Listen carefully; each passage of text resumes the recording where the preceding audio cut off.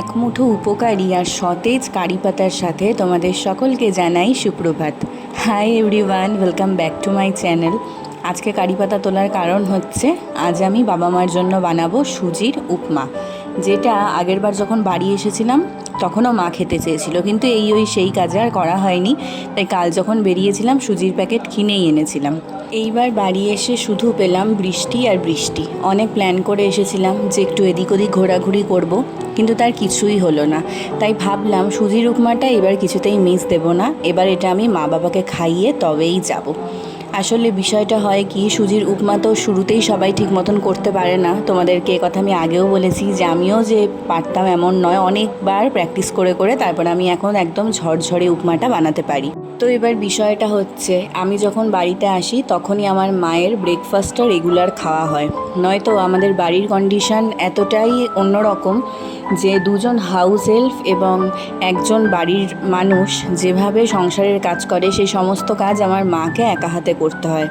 তাই তার সেইভাবে ব্রেকফাস্ট খাওয়ার বা বানানোর সুযোগটাই হয় না। আর এই সব তো খুব রকমারি ব্রেকফাস্ট, এগুলো একটু সময় নিয়ে করতে হয়, সে কথা তো বাদই দিলাম।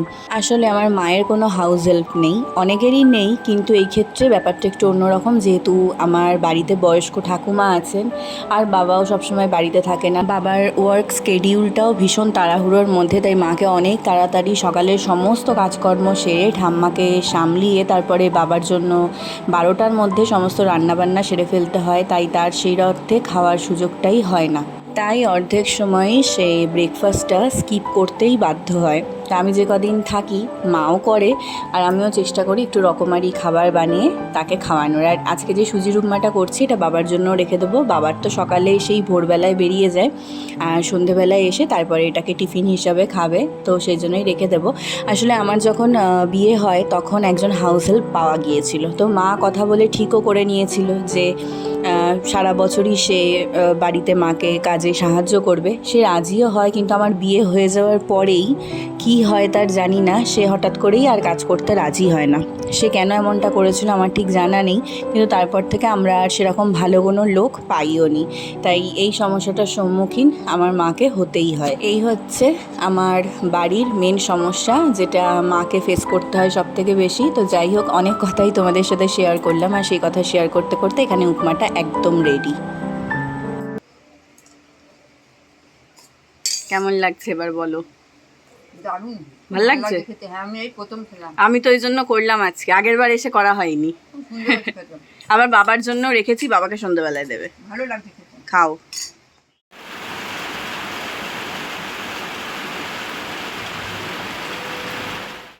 অবশেষে এই বিকেলবেলার দিকে অ্যাট লাস্ট বৃষ্টিটা একটু ধরেছে, আর আমি এখন রেডি হয়েছি তার কারণ আজকে আমার শর্মিষ্ঠার আর পূর্বাশার ফুচকা খেতে যাওয়ার কথা ছিল।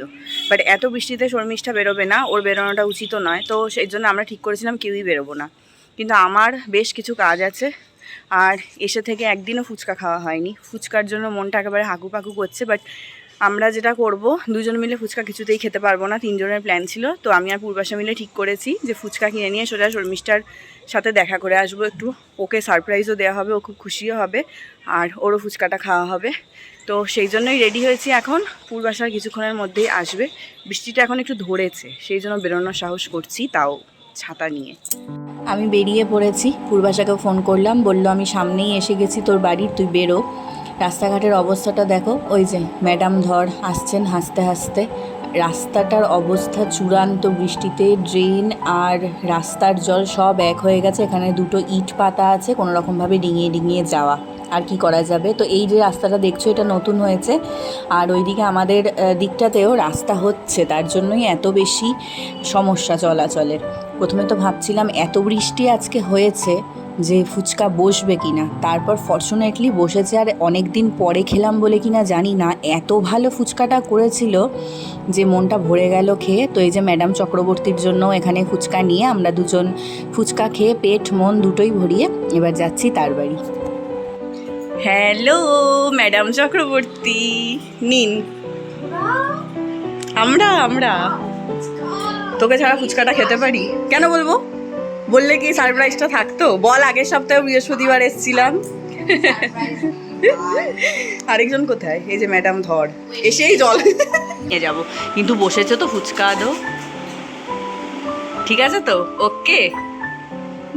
কি ম্যাডাম খুশি তো? ভীষণ খুশি। এই ফুচকাটা ভালো ছিল তো? খুশি, সব খুশি। ভালো ছিল। খেতে ইচ্ছা করেছে, তোকে কি বলবো? না, আজকে তো তিনজনের আমাদের বেরোনোর কথাই ছিল, বৃষ্টির জন্য হলো না, তাই তোর জন্য নিয়ে আসলাম। ভালো করেছিস, খুব আনন্দ। আমি এবার ভাবছি তৃষাকে ফোন করেছি, আমি আবার জিজ্ঞেস করছি যে কি রে, তুই যাবি তো? কি না? তারপর আমি বলছি বলছে যে আমি রেডি, যাবো না। আমি বলছি আমি রেডি, বল। তারপরে আমি বলছি তারপরে আমি কাজ আসি। একজনই করে।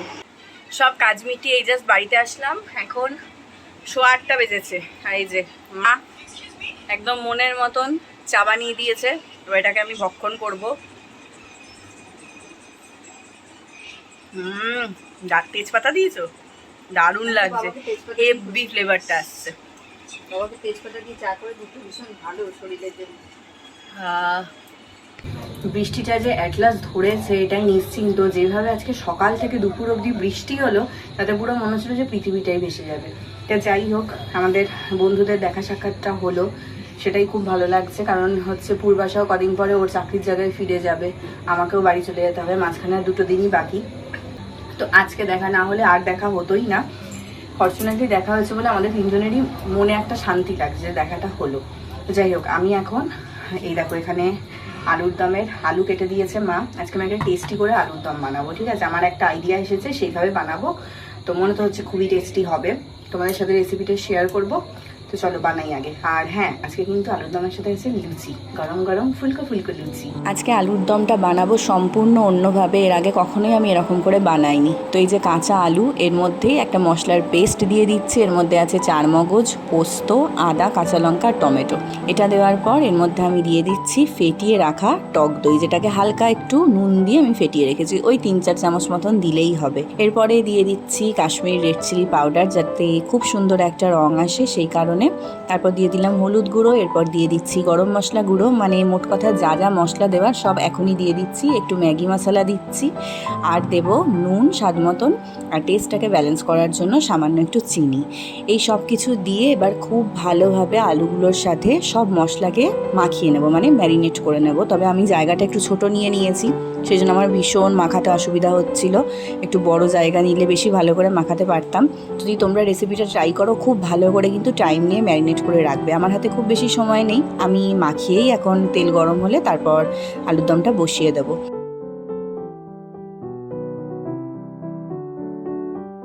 রান্নাটা আমি করছি সর্ষের তেলে, আর ফোড়ন হিসাবে এখানে আমি দিচ্ছি 5 ফোড়ন।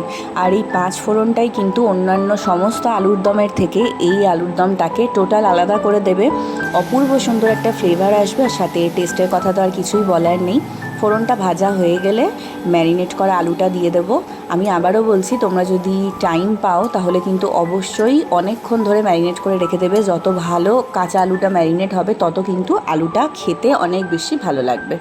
তো হয়ে গেছে এখানে আমার কষিয়ে নেওয়া। যখন দেখবে একটু মশলাটায় নিচে লেগে লেগে যাচ্ছে, তখন এর মধ্যে জল দিয়ে দেবে। আমি মশলা ধোয়া বাটির জলটা দিয়ে দিলাম। এবার আর কিছুই কোনোই কাজ নেই, শুধুমাত্র এটাকে এখন ভালোভাবে ফুটিয়ে আলুগুলোকে সেদ্ধ করা, এটাই কাজ। তো এটা হতে থাক, এখন আমি ততক্ষণে ময়দা মেখে নিই। এখানে আজকে টোটালি আমি ময়দার লুচি করব।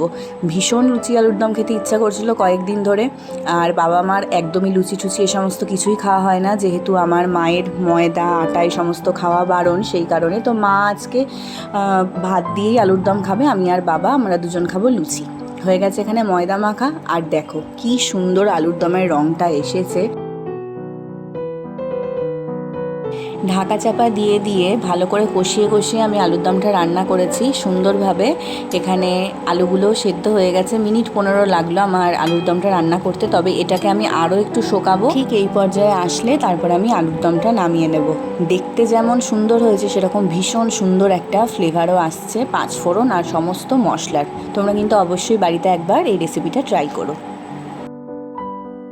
লুচি ভাজার জন্য এখানে তেলটা একদমই গরম হয়ে গেছে। এবার ফটাফট আমি লুচিগুলো বেলবো আর ভাজবো। ছোটোবেলা থেকেই এটা আমার ভীষণ পছন্দের কাজ, এই লুচি বেলা আর তারপর ভাজা। তো ছোটোবেলায় মা লুচি বেলতে অ্যালাউ করলেও ভাজতে অ্যালাউ করতো না। তারপর যখন একটু বড় হলাম, তখনই আগুনের কাছে যেতে দিল। আর লুচিগুলো টোপরের মতন ফুলছে, ময়দার এরকম সাদা সাদা ফুলকো ফুলকো লুচি আমার সব থেকে বেশি পছন্দের। ময়দার লুচি যদি বেশি ভাজা হয় আমার সেটা ভালো লাগে না, একটু সাদা সাদা ফুলকো ফুলকো হলে তবেই সেটা ভালো লাগে। এই যে এই লুচিগুলো একদম আমার মনের মতন হচ্ছে। আচ্ছা, আটা না ময়দা, কোন লুচি তোমাদের বেশি পছন্দের আমাকে কিন্তু কমেন্টে জানিও।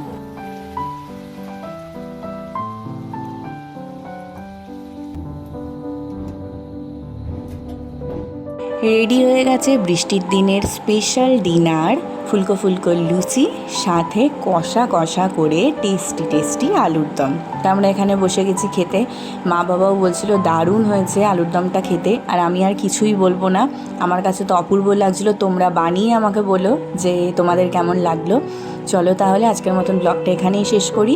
যদি তোমাদের ব্লগগুলো ভালো লেগে থাকে তাহলে অবশ্যই লাইক করো, আর নিজেদের পরিচিত মহলে শেয়ার করো, আর হ্যাঁ, চ্যানেলটা সাবস্ক্রাইব করতে কিন্তু একদম ভুলো না। আবারও নতুন ব্লগে তোমাদের সাথে আমার দেখা হবে। সবাই ভালো থেকো, সুস্থ থেকো। আজকের মতন গুড নাইট অ্যান্ড টাটা।